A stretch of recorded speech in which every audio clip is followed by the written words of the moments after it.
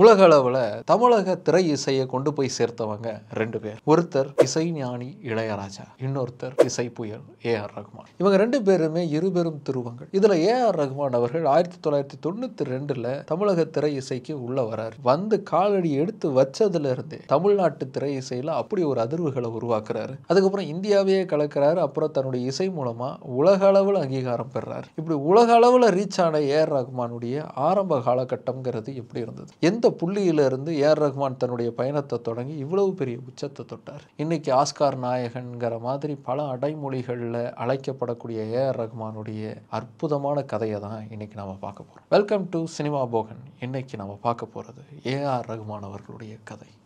வாங்க.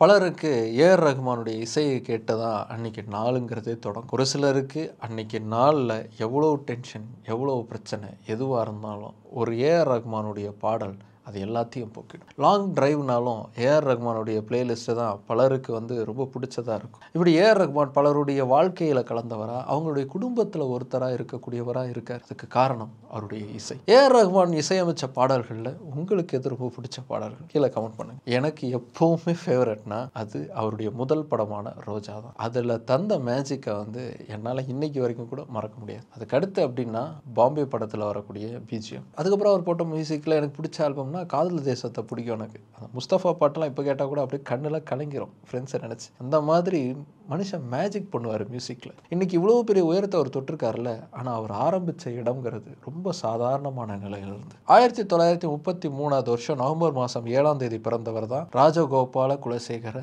சேகர், சுருக்கமாக ஆர்.கே. சேகர். இவர் தான் ஏஆர் ரகுமான் அவர்களுடைய தந்தை. எதுக்கு ஏஆர் ரகுமானுடைய கதையில் அவருடைய தந்தையுடைய கதையை பார்க்குறோம் அப்படின்னு கேட்குறீங்கன்னா, ஏன்னா அவருடைய கதைங்கிறது ஏஆர் ரகுமானுடைய வாழ்க்கை வரலாறுல ரொம்ப முக்கியமான ஒன்று. ஆர்.கே. ரொம்ப திறமையான இசைக்கலைஞராக இருந்திருக்காரு. நிறைய இன்ஸ்ட்ருமெண்ட்ஸை வாசிக்கக்கூடியவராக இருந்திருக்காரு. அவருடைய காலகட்டத்தில் பல முக்கியமான மியூசிக் டைரக்டர்ஸுக்கு அவர் இன்ஸ்ட்ருமெண்ட்ஸ்லாம் வாசிச்சிருக்காரு. அது மட்டும் இல்லை, அவருக்கு நிறைய புது புது இன்ஸ்ட்ருமெண்ட்ஸ்லாம் வாசிக்கணுங்கிற ஆர்வங்கிறது இருந்திருக்கு. அதனாலேயே சிங்கப்பூர், மலேசியா மாதிரியான நாடுகள்லேருந்து இன்ஸ்ட்ருமெண்ட்ஸை வாங்கி அதெல்லாம் வாசித்து பார்ப்பாராம் சேகர். இப்படி இசையில் பல முயற்சிகளை செஞ்சுக்கிட்டு இருந்த ஆர்.கே. சேகருக்கு மலையாளம் இண்டஸ்ட்ரியிலையும் வாசிக்கிறதுக்கான வாய்ப்புகள் அப்படிங்கிறது கிடைக்கிது. அங்கே போய் இன்ஸ்ட்ருமெண்ட்ஸ் வாசிக்க ஆரம்பிக்கிறாரு. அதுக்கப்புறமா கொஞ்சம் கொஞ்சமாக மியூசிக் கம்போஸ் பண்ணக்கூடிய அளவுக்கு அவர் வளர்றாரு. அப்படி 1964 மலையாள படங்களுக்கு இசையமைப்பாளராக உருவெடுக்கிறாரு ஆர்.கே. சேகர். சரியா அதே காலகட்டத்தில் தான் அவருக்கு திருமணம் அப்படிங்கிறது நடக்குது. 1965 திருப்பதி ஏழுமலையான் கோவிலில் கஸ்தூரி அப்படிங்கிற ஒரு பெண்ணை திருமணம் முடித்தார் ஆர்.கே. சேகர். அவங்களுக்கு முதல்ல ஒரு பெண் குழந்தை பிறந்துச்சு. அந்த பெண் குழந்தையுடைய பெயர் காஞ்சனா. அதுக்கப்புறம் திலீப் குமார் அப்படிங்கிற ஒரு பையன் பிறந்தான். அந்த பையன் பிறந்த உடனே அவங்க குடும்பத்துக்கு பெரிய அளவுக்கான சந்தோஷங்கிறது இருக்கு. தனக்கு மகன் பிறந்துட்டான் அப்படின்னு ஆர்.கே. சேகர் ரொம்ப சந்தோஷத்தில் திளைச்சிருக்கார். அதுக்கப்புறம் பாலா அப்படின்னு இன்னொரு மகள் பிறந்தாங்க. அப்புறம் ரேகா அப்படின்னு இன்னொரு மகள் பிறந்தாங்க. இப்படி 4 குழந்தைகளோட சந்தோஷமான வாழ்க்கையை வாழ்ந்துகிட்டு இருந்தார் சேகர். அப்போ சென்னையில் இருக்கக்கூடிய புதுப்பேட்டையில தான் தன்னுடைய மனைவி மக்களோட வாழ்ந்துட்டு இருந்தார் சேகர். அதுக்கப்புறம் டி நகர்ல இருக்கக்கூடிய ஹபிபுல்லா ரோட்ல ஒரு வீடை வாங்கிட்டு அங்க ஷிஃப்ட் ஆனாங்க. அங்கதான் வாழ்ந்துகிட்டு இருந்தாங்க. அது ஒரு 3 பெட்ரூம் வீடா இருந்துச்சு. பெரிய அளவுக்கு பணக்காரங்களா இல்லை அப்படின்னாலும் பெரிய அளவுக்கு ஏழ்மைங்கிறதும் அவங்களுக்கு இல்லை. தேவைக்கான எல்லாமே அவங்களுக்கு இருந்துச்சு. ஆனால் 12 வருடங்கள் மட்டும்தான் அவர் இசையமைப்பாளராக இருந்தாருன்னா அதுக்கப்புறம் என்னாச்சு அப்படிங்கிற ஒரு கேள்வி வரும்ல. அதுக்கு காரணம் கேன்சர். ஆரம்பத்தில் அவருக்கு என்ன நோய் தாக்கியிருக்கு அப்படின்னே தெரியாம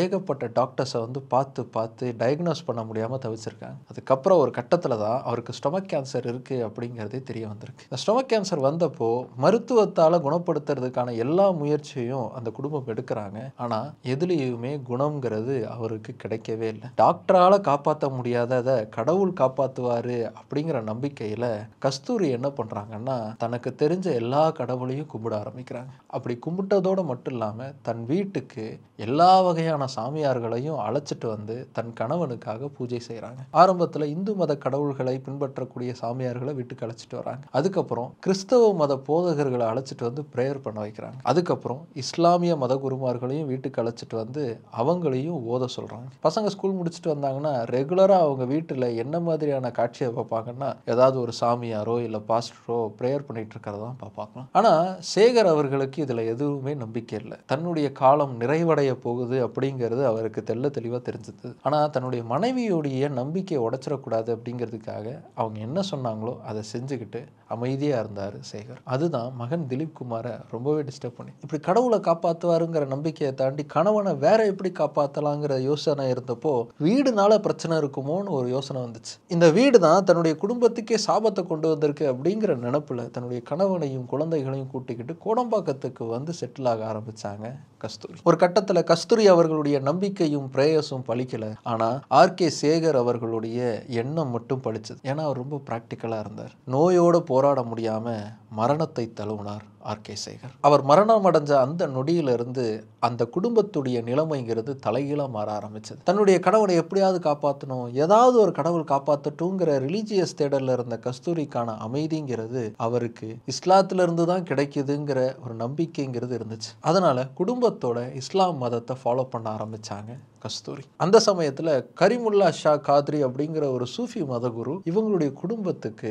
வழிகாட்ட ஆரம்பிச்சிருக்கார். அவருடைய அறிவுரைகளை கேட்டு குழந்தைகளை வளர்க்க ஆரம்பிச்சாங்க கஸ்தூரி. கணவன் இறந்துட்டாரு. அவருடைய மருத்துவ செலவுக்காக வீட்டில் இருந்த பணம் நகை எல்லாத்தையுமே கொடுத்தாச்சு. அடுத்து என்ன செய்யறது அப்படிங்கிற கேள்விங்கிறது கஸ்தூரி அவர்கள் முன்னாடி இருந்துச்சு. ஒரு நம்பிக்கையோட எப்படியும் குழந்தைகளை வளர்த்துடலாம், அடுத்த கட்டத்துக்கு அவங்கள கொண்டு போயிடலாம் அப்படின்னு ஓட ஆரம்பிச்சாங்க கஸ்தூரி. எவ்வளோ இக்கட்டான சூழல் இருந்தாலும் குழந்தைகளுக்கு தேவைப்பட்ட அத்தனையும் எப்படியாவது கொண்டு வந்து சேர்ந்துடணும் அப்படிங்கிற ஒரு வைராக்கியம் மட்டும் அவங்களுக்கு இருந்துச்சு. ஆர்கே சேகர் மியூசிக்கில் மிகப்பெரிய ஆர்வம் இருந்தவர் அப்படிங்கிறதும் நிறைய இன்ஸ்ட்ருமெண்ட்ஸ்லாம் வாங்கி வச்சிருந்தாரு அப்படிங்கிறதையும் நம்ம பார்த்தோம் இல்லையா. அந்த இன்ஸ்ட்ருமெண்ட்ஸ் எல்லாம் அந்த சமயத்தில் நிறைய பேர்கிட்ட இல்லை. அதனால ரெண்ட்டுக்கு தேவைங்கிறது இருந்துச்சு. அப்படி ரெண்ட் தேவை இருந்தப்போ அந்த ரெண்ட்டுக்கு இன்ஸ்ட்ருமெண்ட்ஸை கொடுத்து அதில் வர்ற காசை வச்சு குடும்பத்தை நடத்த ஆரம்பிச்சாங்க கஸ்தூரி. ஆனால் அந்த இன்ஸ்ட்ருமெண்ட்ஸை ஒழுங்காக கொண்டு போய் ஒழுங்காக எடுத்துகிட்டு வரணும்ல, அந்த இன்ஸ்ட்ருமெண்ட்டை சேஃபாக பார்த்துக்கணும்ல, அதுக்கு தன்னுடைய மகன் திலீப் குமாரை அந்த இன்ஸ்ட்ருமெண்ட் எடுத்துகிட்டு போகிறவங்க கூடவே அனுப்பி வைப்பாங்களாம் கஸ்தூரி. திலீப் குமாருடைய வேலை என்னவாக இருந்ததுன்னா, இந்த இன்ஸ்ட்ருமெண்ட்டை எடுத்துகிட்டு போய் அவங்க பத்திரமா அவங்க வாசிக்கிறத பார்த்துட்டு அதுக்கப்புறம் திருப்பி எடுத்துகிட்டு வர்றதாக தான் இருந்துச்சு. காலப்போக்கில் அது எப்படி மாறிச்சுன்னா, எடுத்துகிட்டு போகிற இன்ஸ்ட்ருமெண்ட்டை அவரே வாசிக்க ஆரம்பிச்சிருக்கார். மகனுக்கு இசையில் ஆர்வம் இருக்குது அப்படிங்கிறது அவருடைய கணவன் உயிரோடு இருந்தப்போ அவங்களுக்கு தெரியும். அதனால் கஷ்டமான சூழல் இருந்தாலும் மகனுக்கு இசையை கற்றுத்தர்றதுல ஆர்வம் காட்டினாங்க கஸ்தூரி. திலீப் குமாரும் ஆர்வமாக இசையை கற்றுக்க ஆரம்பித்தான். ஆரம்பத்தில் ஜோசப் அப்படிங்கிற ஒருத்தர்கிட்ட இசையை பேசிக்லேருந்து கற்றுக்க ஆரம்பிச்சாப்புல திலீப் குமார். அதுக்கப்புறம் இந்தியன் கிளாசிக் மியூசிக்கை மாஸ்டர் நித்யானந்தம் அவர்கள்கிட்ட கற்றுக்க ஆரம்பித்தான். அப்புறம் தக்ஷணாமூர்த்தி குருகள் கிட்ட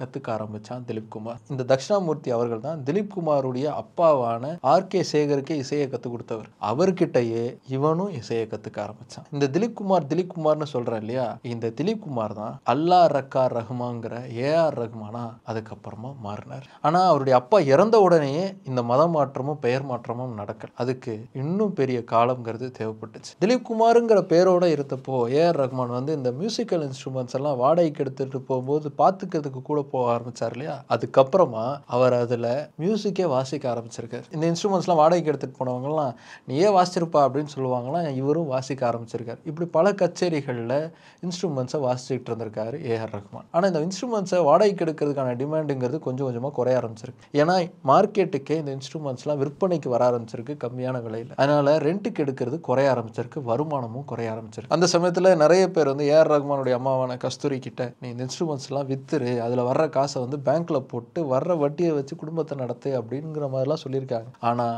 அவருடைய அம்மா இல்லை இது என்னுடைய மகனுக்கு தேவைப்படும் அப்படின்னு வைராகியமாக குடும்பத்தை நான் வேற எப்படியாவது நடத்துகிறேன் அப்படின்னு சொல்லி நடத்தியும் காமிச்சிருக்காங்க. தன்னுடைய கணவருடைய எல்லா பழைய நண்பர்களுக்கும் போய் நேரில் பார்த்து தன்னோட மகனுக்கு ஏதாவது ஒரு வகையில் வேலை வாங்கி தாங்கன்னு சொல்லி கேட்டாங்க கஸ்தூரி. அவங்களும் முயற்சி செய்ய ஆரம்பித்தாங்க. அந்த முயற்சியால் ஏஆர் ரஹ்மானுக்கு பல முக்கியமான மியூசிக் கம்போசர்ஸோடைய ட்ரூப்பில் சின்ன சின்ன வேலைகள் கிடைக்க ஆரம்பிச்சிருக்கு. ஆனால் ஏஆர் ரஹ்மானுக்கு அவருடைய அப்பாவுடைய குணங்கிறது இருந்துச்சு. அது புது புது மியூசிக்கல் இன்ஸ்ட்ருமெண்ட்ஸை கற்றுக்கணும் அப்படிங்கிறது. ஆனால் ஏஆர் ரஹ்மானுக்கு அதில் ஒரு சின்ன சேஞ்சுங்கிறது இருந்துச்சு. ஏன்னா அந்த காலகட்டத்தில் தான் மியூசிக்கல் இன்ஸ்ட்ருமெண்ட்ஸ்லாம் கொஞ்சம் கொஞ்சமாக எலக்ட்ரானிக்காக மாற ஆரம்பிக்குது. எலக்ட்ரானிக் கீபோர்ட்லாம் அப்போ தான் மார்க்கெட்டுக்கு வர ஆரம்பிக்குது. அது எல்லாத்தையும் கற்றுக்க ஆரம்பிக்கிறாரு ஏஆர் ரஹ்மான். இப்படி இன்ஸ்ட்ருமெண்ட்ஸை கற்றுக்கிறத விட இந்த எலக்ட்ரானிக் டிவைசஸ்லாம் எப்படி வேலை செய்யுது, எலக்ட்ரானிக்லேருந்து எப்படி மியூசிக் வெளியில் வருது அப்படிங்கிறத கற்றுக்கிறது தான் ஏஆர் ரஹ்மானுக்கு ரொம்ப பெரிய ஆர்வமாக இருந்திருக்கு. தன்னுடைய மகன் அடுத்த கட்டத்துக்கு போகணும் அப்படின்னா அவனுக்கு என்னென்ன தேவையோ அது எல்லாத்தையும் செய்யணும் அப்படின்னு கஸ்தூரி ரொம்ப தீர்க்கமாக இருந்திருக்காங்க. அந்த எலக்ட்ரானிக் கீபோர்ட்ஸ்லாம் அப்போல்லாம் ரொம்ப ரொம்ப காஸ்ட்லியாக இருந்திருக்கு. ஆனால் அது இருந்தால் தான் தன்னுடைய மகனுக்கு யூஸ்ஃபுல்லாக இருக்கும் அப்படிங்கிறதுக்காக கையில் இருந்த நகையெல்லாம் அடமானம் வச்சு இன்ஸ்ட்ருமெண்ட்ஸ் வாங்கி தந்திருக்காங்க கஸ்தூரி. ஆனால் ஏஆர் ரஹ்மான் என்ன தெரியுமா பண்ணுவாராம், அந்த இன்ஸ்ட்ருமெண்ட்ஸை வாசிக்கிறத விட அதை கலட்டி பார்க்கறத தான் ரொம்ப விருப்பப்படுவாராம். வீட்டுக்குள்ளே போய் ரூமை சாத்திட்டு அந்த கீபோர்டை பார்ட்டாக கலட்டி எந்த போர்டு என்ன வேலை செய்யுது அப்படிங்கிறத அனலைஸ் பண்ணிட்டே இருப்பாராம். யோசிச்சு பாருங்கள், ஒரு டீனேஜ் பையன் வீட்டுக்குள்ளே போய் கதவை சாத்திக்கிட்டு அடிக்கடி ரூம்குள்ளேயே இருக்கான் அப்படின்னா வீட்டில் என்ன நினைப்பாங்க? ரொம்பவே பயந்துருக்காங்க. ஒரு நாள் கதவை சாத்தாமல் உட்காந்து நோண்டிக்கிட்டு இருந்திருக்காரு ஏஆர் ரஹ்மான். அக்கா ரிஹானா இருக்காங்கல்ல, அவங்க கதவை திறந்து பார்த்துருக்காங்க ஏஆர் ரஹ்மான் பண்ணுறதை. உடனே அம்மா கிட்ட போய் போட்டு கொடுத்துருக்காங்க. அம்மா பார்த்து அப்படியே நெஞ்சு நிற்கிற மாதிரி ஆயிடுச்சான். இது எவ்வளோ வேலை தெரியுமா, எவ்வளோ காசு கொடுத்து நான் வாங்கியிருக்கேன் தெரியுமா, எவ்வளோ கஷ்டப்பட்டுருக்கேன் தெரியுமா, உடச்சி வச்சிருக்கியாடா அப்படின்னு பயங்கரமாக திட்ட ஆரம்பிச்சிருக்காங்க. ஏஆர் ரஹ்மான் எதுவுமே சொல்லாமல் அமைதியாக, நீங்கள் 2 பேர் வெளியில் போங்க, நாளை காலைக்குள்ளே இந்த கீபோர்டு ரெடி ஆயிரும் அப்படின்னு சொல்லியிருக்கேன். சொன்ன மாதிரியே மறுநாள் காலையில் கீபோர்டு ரெடி பண்ணி வாசிச்சு காமிச்சிருக்காரு. இப்படி எலக்ட்ரானிக் டிவைசஸ் எப்படி வேலை செய்யுது, இந்த மியூசிக்கல் இன்ஸ்ட்ருமெண்ட்லாம் எப்படி வேலை செய்யுது அப்படின்னு தெரிஞ்சுக்கிறத தான் ஏஆர் ரஹ்மானுக்கு ஆர்வம் இருந்தது. கரெக்டாக அந்த சமயத்தில் தான் மியூசிக் இண்டஸ்ட்ரிங்கிறது கம்ப்யூட்டர் மயமாக மாற ஆரம்பிக்குது.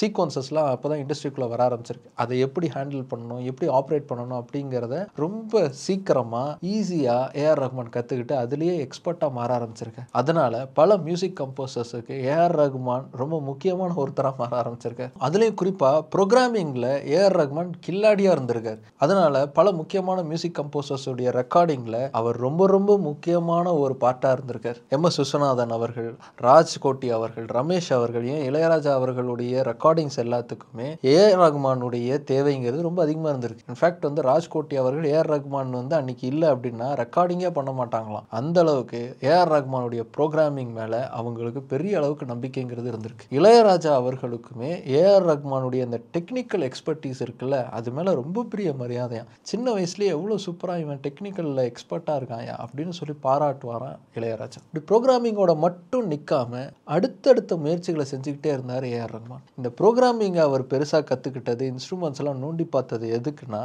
அந்த இன்ஸ்ட்ருமெண்ட்டை இன்னும் எப்படி சூப்பராக பயன்படுத்துறது, அதை நம்மளுடைய தேவைக்கேற்ற மாதிரி நம்ம கைக்குள்ளே எப்படி கொண்டு வர்றது அப்படிங்கிறது தான் அவருடைய ஸ்டடியாக இருந்துச்சு. அந்த ஸ்டடியை முடித்ததுக்கப்புறமா அதில் இருந்து அற்புதமான இசைகளை உருவாக்க ஆரம்பிச்சிருக்காரு ஏஆர் ரஹ்மான். ஆனால் இது எல்லாமே தன்னுடைய க்ளோஸ் சர்க்கிள்குள்ளே மட்டும்தான் இருந்திருக்கு. ஏன்னா பெரிய பெரிய மியூசிக் கம்போசர்ஸ் கிட்ட வேலை செய்கிறோம், அவங்கக்கிட்ட நம்ம மியூசிக்லாம் வாசித்து காமிச்சோம்னா என்ன நினைப்பாங்களோ அப்படின்னு அதை பெருசாக வெளிக்காட்டிக்காமல் தனக்குள்ள தன்னுடைய நெருக்கமானவங்க மத்தியில் மட்டுமே அதை காமிச்சிக்கிட்டு இருப்பாராம் ஏஆர் ரஹ்மான். ஆனால் இப்போ தான் அவருக்கு ஒரு கிரிட்டிக்கலான பிரச்சனைங்கிறது இருந்துச்சு. அது என்னன்னா அவருடைய அகாடமிக்ஸ் ரிலேட்டடாக இருந்தது. அவர் ஆரம்பத்தில் பிஎஸ்பிபி படிச்சுட்டு இருந்தார். ஆனால் பிஎஸ்பிபியில் அதிகமாக இவர் வேலைக்காக லீவை போட்டு போய்கிட்டு இருக்காரு அப்படிங்கிற பிரச்சனை வந்தப்போ மிஸ்ஸஸ் வைஜி, திரு வைஜி மகேந்திரனோட அம்மா இருக்காங்கல்ல, அவங்க கஸ்தூரி அவர்களையும் ஏஆர் ரஹ்மான் அவர்களையும் கூப்பிட்டு இப்படிலாம் பண்ணக்கூடாது, படிப்பு ரொம்ப முக்கியம், இதுக்கு மேலே நீங்கள் லீவ் போட்டிங்கன்னா நாங்கள் உங்களை ஸ்கூலில் விட்டு அனுப்பிடுவோம் அப்படின்னு சொல்லியிருக்காங்க. ஆனால் அவங்களுக்கு வேறு வழி இல்லை. ஏஆர் ரஹ்மானும் வேலைக்கு போனால் தான் அவங்களுடைய ஃபினான்ஷியலை ஓரளவுக்கு சமாளிக்க முடியும். அதனால் எம்சிஎன்கிற ஒரு ஸ்கூலில் போய் அதுக்கப்புறம் ஜாயின் பண்ணார் ஏஆர் ரஹ்மான்.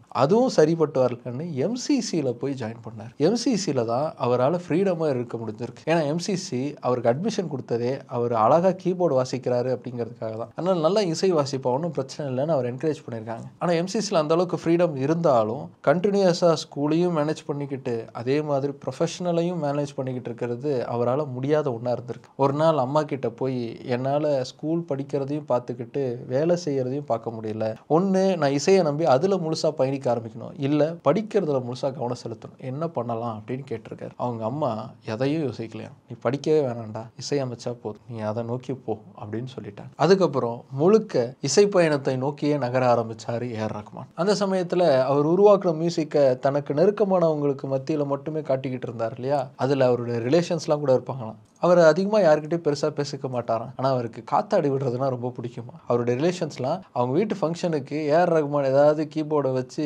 மியூசிக் கான்செர்ட் மாதிரி ஏதாவது பண்ணால் போதும் அப்படின்னு நினச்சாங்கன்னா, ஒரு காத்தாடி வாங்கி தரேன்டா வாசிச்சிடுறா அப்படின்னா அந்த ஒரு காத்தாடிக்காகவே போய் வாசிப்பாராம் ஏஆர் ரஹ்மான். அந்த அளவுக்கு காத்தாடி மேலே ரொம்ப பிரியமான ஒருத்தராக இருந்திருக்காரு. அதுக்கப்புறம் கொஞ்சம் கொஞ்சமாக தன்னுடைய இசை பயணத்தை பெருசாக்குறாரு ஏஆர் ரஹ்மான். என்ன பண்ணாருன்னா, ஏஆர் ரஹ்மானுக்கு இசை உலகில் ஃப்ரெண்ட்ஸ் உருவாக ஆரம்பித்தாங்க. மியூசிக் இன்ஸ்ட்ருமெண்ட்ஸ் வாசிக்கிறவங்க, சிங்கர்ஸ், இவங்க எல்லாருமே ஃப்ரெண்ட்ஸாக உருவாக ஆரம்பித்தாங்க. அந்த ஃப்ரெண்ட்ஸில் ஒரு சில பேர்லாம் ஒன்றா சேர்ந்து பேண்ட்ஸுகளை உருவாக்க ஆரம்பித்தாங்க. அப்படி அரிஸ்டோக்ராட் அப்படிங்கிற ஒரு பேண்டை உருவாக்குனாங்க. Magic, roots, nemesis avenue, myth, எபிடெமிக்ஸுங்கிற மாதிரியான பேண்ட்ஸ்லாம் உருவாக்குனாங்க.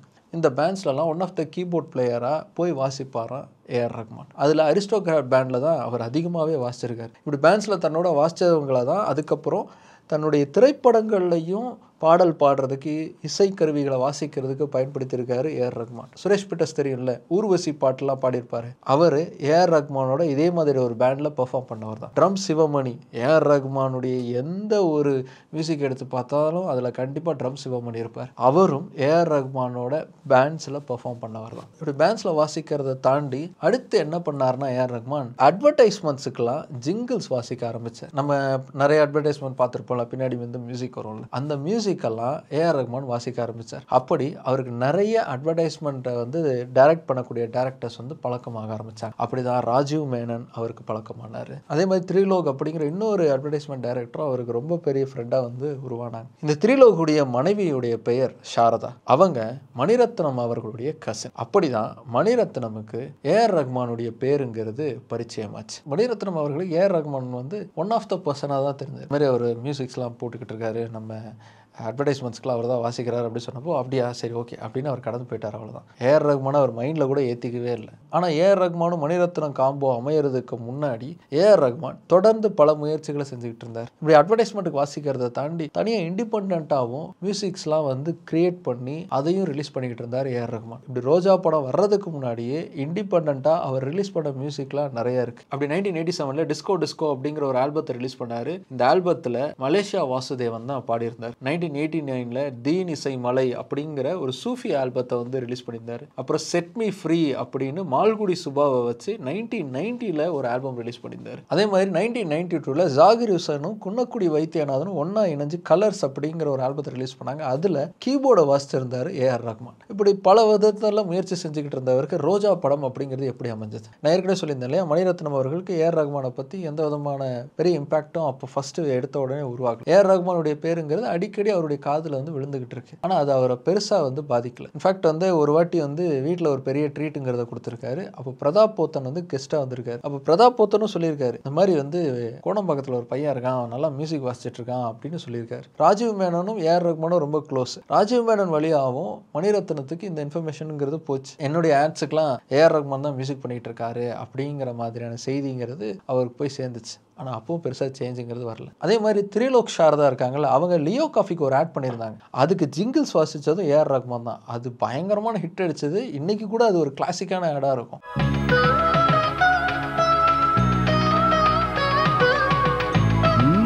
அந்த மியூசிக் போட்டதும் ஏஆர் ரஹ்மான் தான் அப்படிங்கிற இன்ஃபர்மேஷன் இவருக்கு போய் சேர்ந்துருக்கு. ஆனால் அப்பவும் அது பெருசாக அவருக்கு இம்பாக்ட் பண்ணல. இன்ஃபேக்ட் ஏஆர் ரஹ்மான் அவர் ஃபர்ஸ்ட் சந்திச்சது எப்போனா தளபதி படத்தப்போ தான். தளபதி படம் ரிலீஸ் ஆன சமயத்தில் ப்ரிவியூ ஷோங்கிறது நடந்திருக்கு. அந்த ப்ரிவியூ ஷோவுக்கு ஒரு பாஸை வந்து அவருக்கு கொடுத்துருக்காங்க. ஏன்னா அப்போது இளையராஜாவுடைய ட்ரூப்பில் வந்து இவரும் ஒரு ப்ரோக்ராமிங்லாம் பண்ணியிருக்காரு அப்படிங்கிறதால இவருக்கு வந்து ஒரு பாஸ் கொடுத்துருக்காங்க. ஆனால் அவர் மட்டும் வராமல் ஏஆர் ரஹ்மான் என்ன பண்ணியிருக்காரு, ஃபேமிலியே கூட்டு போயிருக்காரு, அம்மா அக்காவெல்லாம் கூட்டு போயிருக்காரு. இது வந்து அந்த ஆர்கனைசருக்கு வந்து பயங்கரமாக டென்ஷன் ஆயிருக்கு. ஐயோ மணிரத்னம் பார்த்தா என்ன சொல்லுவாரோ அப்படின்னு பயந்துருக்காங்க. மணிரத்னம் வந்து பார்த்துட்டு கிரீட் பண்ணிட்டு சரி உள்ளே போய் பாருங்க, என்ஜாய் பண்ணுங்க அப்படின்னு சொல்லிட்டு போயிட்டாராம். இதுதான் ஃபர்ஸ்ட் மணிரத்னத்தை நேராக அவர் க்ளோஸாக பார்த்தது. ஆனால் அதுக்கப்புறமா பல தடவை பேர் கேட்டிருந்தாலும் அவரை பற்றி பெருசாலாம் கவலைப்பட்டுக்கல மணிரத்னம். அப்படி இருக்கும்போது எப்படி மணிரத்னம் ரோஜா காம்போங்கிறது உருவாச்சு? அதுக்கு காரணம் ஒரு கிளாஷ் அப்படின்னு சொல்லுவாங்க. இது ரூமரா உண்மையா அப்படிங்கிறத உறுதியாக சொல்ல முடியல. ஆனால் ஏஆர் ரஹ்மானோட பயோகிராஃபியை எழுதின ஒரு சில புத்தகங்களில் இது நடந்திருக்கு அப்படிங்கிற மாதிரி சொல்கிறாங்க. என்ன நடந்திருக்கு அப்படின்னா, மணிரத்னம் அவர்களுக்கும் இளையராஜா அவர்களுக்கும் எந்த விதமான பிரச்சனையும் இல்லை அப்படின்னு மணிரத்னம் அவர்களே பல மேடைகளில் சொல்லியிருக்காரு. ஆனால் ஆக்சுவலாக பாலச்சந்தர் அவர்களுக்கும் இளையராஜா அவர்களுக்கும் ஒரு சின்ன கிளாஷுங்கிறது இருந்திருக்கு. என்ன இருக்குன்னா, பாலச்சந்தர் அவர்கள் ஒரு படத்தை வந்து உருவாக்கி ரிலீஸ் பண்ணணும் அப்படின்னு முடிவெடுத்திருக்காரு. அதுக்காக இளையராஜா அவர்களுக்கு அட்வான்ஸுங்கிறத கொடுத்துருக்காரு. ஆனால் அந்த சமயத்தில்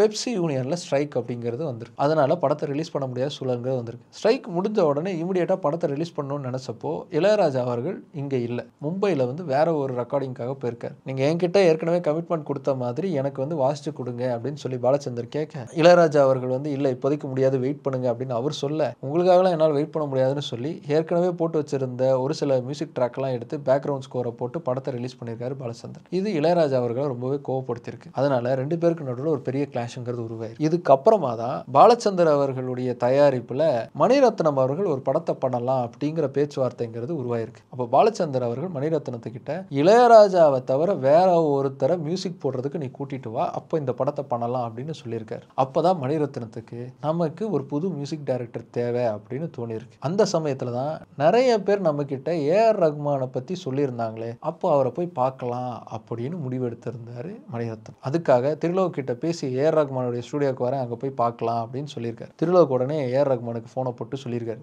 ஏஆர் ரகுமான் நர்வஸ் ஆயிட்டார். எதை அவருக்கு காட்டுறது என்ன பண்ணுறதுன்னு தெரியல. திருலோக் வந்து நேரடியாக ஏஆர் ரகுமானுடைய ஸ்டூடியோக்கு போய் எந்தெந்த ஆல்பம்ஸை எந்தெந்த மியூசிக் அவர் கம்போஸ் பண்ணி வச்சதெல்லாம் காட்டலாம் அப்படின்னு சொல்லி முடிவு பண்ணி ஒரு செட்டை எடுத்து வச்சு வெயிட் பண்ணியிருக்காங்க. மணிரத்னம் வந்திருக்காரு. மியூசிக்கை வந்து ப்ளே பண்ணி காமிச்சிருக்காங்க. மனுஷன் எந்த விதமான பதிலும் சொல்லவே இல்லை. கேட்டுக்கிட்டே இருந்திருக்காரு. வழக்கம் போல் அங்கங்கே சிரிச்சிருக்காரு. சிரிச்சுட்டு ஒரு சில டேப்ஸ்லாம் எடுத்துக்கிட்டு ஓகே பாய் அப்படின்னு சொல்லிட்டு கிளம்பிட்டார். நல்லா இருக்கா இல்லையா, பிடிச்சிருக்கா பிடிக்கல எதுவுமே அவர் சொல்லலை. ஏஆர் ரகுமான் வந்து திருலோக் அங்கே இருந்தார்ல, அவரை பார்த்து மச்சான் என்னடா எதுவுமே சொல்லலை அப்படின்னு கேட்டார். எனக்கும் தெரியலடா அப்படின்னு திருலோகம் சொல்லியிருக்காரு. அதுக்கப்புறமா மணிரத்னத்துக்கு கொஞ்ச நாள் கழிச்சு ஃபோனை போட்டு கேட்டதுக்கப்புறமா இல்லை எனக்கு பிடிச்சிருக்கு, கண்டிப்பாக நம்ம சேர்ந்து வேலை செய்கிறோம் அப்படின்னு சொல்லியிருக்காரு மணிரத்னம். அப்படி பாலச்சந்தருடைய தயாரிப்பில் மணிரத்னத்துடைய டைரக்ஷனில் ஏஆர் ரகுமானுடைய முதல் இசையில் உருவான படம் தான் ரோஜா. ரோஜா படம்ங்கிறது ஏஆர் ரகுமானுக்கு கமிட் ஆகிறதுக்கு கொஞ்ச காலங்களுக்கு முன்னாடி தான் முழுமையாக இஸ்லாம் மதத்துக்கு அவருடைய குடும்பம்ங்கிறது மதம் மாறி இருந்துச்சு. பேரும் அப்போ தான் மாறி இருந்துச்சு. அப்படி அவருடைய அம்மாவான கஸ்தூரியுடைய பேருங்கிறது கரிமா பேகம் அப்படின்னு மாற்றிக்கிட்டாங்க. மகள் காஞ்சனாவுக்கு ரஹானா அப்படிங்கிற பேருங்கிறது வைக்கப்பட்டுச்சு. பாலாவுக்கு ஃபாத்திமா ரஃபீக் அப்படிங்கிற பேரும், அதே மாதிரி ரேகாவுக்கு இஷ்ராத் காதரே அப்படிங்கிற பேரும் வைக்கப்பட்டுச்சு. திலீப் குமாரா இருந்தவர் அதுக்கப்புறமா தான் அல்லா ரக்கா ரஹமான் அப்படின்னு மாறினார். ரோஜா படம் வெளியானதுக்கு அப்புறமா ஒரு புது இசைங்கிறது எல்லாரு காதலையும் பாஞ்சது. ஏன்னா இவ்வளோ ஃப்ரெஷ்ஷாக இருக்கு, யாரா அந்த மியூசிக் டைரக்டர் அப்படின்னு ஏஆர் ரகுமானை கொண்டாட ஆரம்பிச்சாங்க தமிழ் மக்கள். தன்னுடைய முதல் படத்திலேயே தேசிய விருதை வாங்கி மிகப்பெரிய அங்கீகாரத்தை பெற்றாரு ஏஆர் ரகுமான். அதுக்கப்புறம் அவர் தொடர்ந்து பண்ண படங்கள் ஒரு புது இசை வெள்ளமா மக்கள் மனசை அடிச்சுக்கிட்டு போக ஆரம்பிச்சது. எல்லாரும் ஏஆர் ரகுமானை கொண்டாட ஆரம்பிச்சாங்க. அதுக்கப்புறமா தான் தமிழ் இசை உலகுக்கு ஏஆர் ரகுமான் அப்படிங்கிற ஒரு பெரிய லெஜண்டுங்கிறவர் உருவாடுத்தார். இன்னைக்கு அவருடைய புகழ் அப்படிங்கிறது உலகெங்கிலும் போய் ரீச் ஆகிற அளவுக்கு வளர்ந்துருக்கு. தன்னுடைய தொடர் தேடல்னாலையும் தொடர் முயற்சினாலையும் தொடர் கடின உழைப்புனாலையும் தான் இவ்வளவு பெரிய உயரத்தை தொட்டிருக்காரு ஏஆர் ரகுமான். அது மட்டும் இல்லை, கண்டினியூஸாக புது புது விஷயங்களை கற்றுக்கிட்டே இருந்திருக்காரு. ஒவ்வொரு டைம்லையுமே புதுசான மியூசிக்கை வந்து நமக்கு கொண்டு வந்து சேர்த்தது ஏஆர் ரகுமான். புது மியூசிக் இன்ஸ்ட்ருமெண்ட்ஸை கொண்டு வந்து சேர்த்ததும் ஏஆர் ரகுமான். இன்னைக்கும் கான்ஸ்டண்ட்டாக அவர் லேர்ன் பண்ணிக்கிட்டே இருக்கார். அப்படி லேர்ன் பண்ணி கற்றுக்கிட்டதை நம்மக்கிட்ட கொண்டு வந்து சேர்க்கணும் அப்படிங்கிற அவருடைய ஆர்வம் தான் அவருடைய பல இசைகளை புதுமையாக்குது, நமக்கும் பிடிக்க வைக்குது. ஏஆர் ரகுமானுக்கு இணை ஏஆர் ரகுமான் தான். அவருடைய இசைங்கிறது காலம் கடந்தும் அவருடைய புகழை என்றைக்குமே பாடிக்கிட்டு இருக்கும் அப்படிங்கிறத மாற்று கருத்து இல்லை. ரோஜா மூலமா முத்திரை பதிச்ச ஏஆர் ரகுமான் அதுக்கப்புறம் உலக புகழ் அடைஞ்சார். ஆஸ்கார் விருதுங்கிறது அவருடைய மணிமகுடத்துல ஒரு மணியா வந்து அமர்ந்துச்சு. அது மட்டுமா பத்மஸ்ரீ விருதுங்கிறது அவருக்கு கொடுக்கப்பட்டு கௌரவிக்கப்பட்டுச்சு. உலக அளவில் பல முக்கியமான விருதுகளை அவருடைய கழுத்துக்கு மாலையா கொண்டு வந்து சேர்த்தது அவருடைய இசை. சரி, ஓகே பிகி பஸ். ஏஆர் ரகுமானுடைய கதை உங்களுக்கு இன்ஸ்பைரிங்காக இருந்திருக்கும்னு நம்புறேன். ஏஆர் ரகுமானை பற்றி இன்னும் தெரிஞ்சுக்கணும்னு நினைக்கிறவங்களுக்கு இந்த வீடியோவை கண்டிப்பாக ஷேர் பண்ணுங்க. அதே மாதிரி இன்னும் சினிமா போகன் சேனல் இன்னும் சப்ஸ்கிரைப் பண்ணாமல் இருந்தீங்கன்னா மறந்துடாமல் சப்ஸ்கிரைப் பண்ணுங்கள். பக்கத்தில் இருக்கக்கூடிய பெல் பட்டனை அமைக்கிக்கோங்க. அடுத்து இன்னொரு இன்ட்ரெஸ்டிங்கான கண்டென்ட்டோட உங்களை வந்து பார்க்குறேன். பை.